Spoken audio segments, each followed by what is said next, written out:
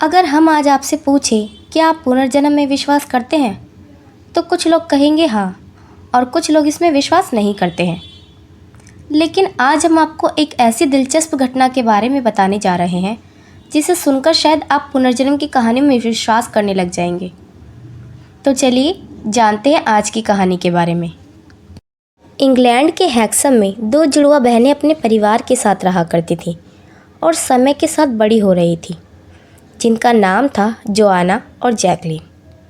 5 मई 1957 को वो दोनों अपने दोस्त एंथनी के साथ चर्च जा रही थी कि तभी तेज़ रफ्तार कार ने उन्हें कुचल दिया, जिससे कि उनकी उसी समय मौत हो गई और अस्पताल ले जाते हुए एंथनी भी मर गया। जिस समय उनकी मौत हुई तब जोआना की उम्र 11 और जैकलीन 6 वर्ष की थी।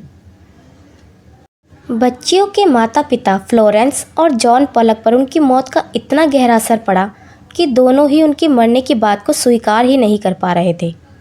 वो हमेशा बस एक ही बात कहते कि उन्हें किसी भी कीमत पर उनकी बेटियां वापस चाहिए। लेकिन फिर इस घटना के 1 साल बाद यानी 4 अक्टूबर 1958 में जॉन की पत्नी फ्लोरेंस ने 2 जुड़वा बच्चियों को जन्म दिया और इस बार इन बच्चियों के नाम जिलियन और जेनिफर रखा गया। जब ये बच्चियां कुछ हफ्ते की हुई तो जॉन और फ्लोरेंस ने पाया कि दोनों ही बच्चियों के शरीर पर कुछ अजीब सा बर्थमार्क है, लेकिन ये कोई आम बर्थमार्क जैसे नहीं दिखा। फिर उन्होंने गौर किया कि ये चोट के निशान जैसे बर्थमार्क दोनों बच्चियों के शरीर पर ठीक उन्हीं जगहों पर है जिन जगहों पर जोआना और जैकलीन को हादसे के समय चोटें आई थी। मिसाल के तौर पर जिलियन के माथे पर ठीक वैसा ही चोट का निशान था जैसा कि उस कार एक्सीडेंट में उसकी बहन जैकलीन के माथे पर आया था। ठीक वैसे ही जेनिफर के शरीर पर भी उन्हीं जगहों पर निशान थे जिन जगहों पर दूसरी बहन जोआना को कार एक्सीडेंट में चोटें आई थीं। जैसे जैसे दोनों बहनें बड़ी होती गई, माता पिता को उनमें जोआना और जैकलीन की तरह काफ़ी समानताएं देखने को मिलती गई। लोगों को जानकर लगा कि ये सब एक इत्तेफाक है, लेकिन ये घटना अभी और भी अजीब होने वाली थी। जिलियन और जेनिफर जैसे ही कुछ महीने की हुई तो उनका परिवार विटली बे में शिफ्ट हो गया।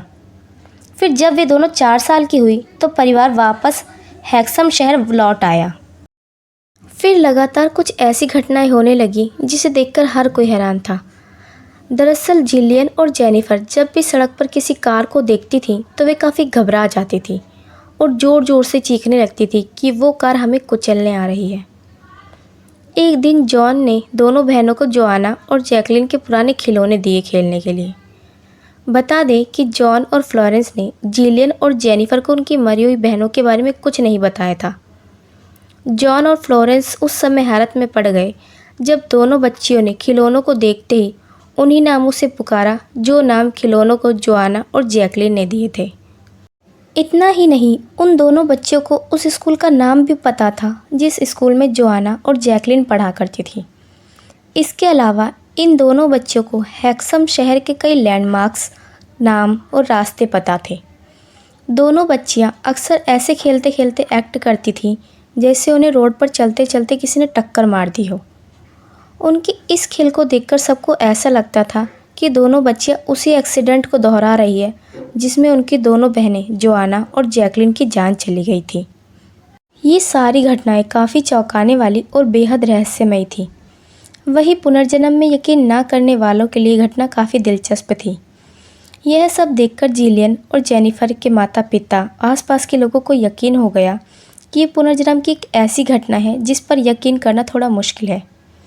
इस घटना को जिसने भी सुना वो हैरान था और इसे कई न्यूज़पेपर वालों ने भी छापा। द मिरर में छपी एक खबर के मुताबिक एक रिसर्चर डॉक्टर इयान स्टीवंस ने इन जुड़वा बच्चियों की केस स्टडी की। इस दौरान उन्होंने दोनों बच्चियों और उनके माता पिता से कई बार बात की और सभी फाइंडिंग्स को अपनी किताब रीइंकार्नेशन एंड बायोलॉजी में प्रकाशित किया था। लेकिन जैसे जैसे जिलियन और जेनिफर बड़ी होती गई, उनकी पिछले जन्म की यादें धुंधली होती गई। धीरे धीरे वे एक नॉर्मल लाइफ जीने लगी और पिछली ज़िंदगी को भुलाने लगी। इयान जब दोनों लड़कियों से आखिरी बार मिले तो उनकी आयु लगभग 20 साल थी। तब तक दोनों लड़कियों के दिमाग से सारी यादें मिट चुकी थी, लेकिन कभी कभी दोनों कार एक्सीडेंट के भयानक सपने से जाग जाती थी। इस समय दोनों की उम्र 64 साल है और दोनों खुशी खुशी अपनी ज़िंदगी बिता रही हैं। हमारी आज की क्राइम स्टोरी आपको कैसी लगी हमें कमेंट बॉक्स के ज़रिए ज़रूर बताएं। और हमारा मकसद किसी को डराना या किसी की भावनाओं को ठेस पहुंचाना बिल्कुल नहीं है, बल्कि आपको जागरूक और सतर्क करना है।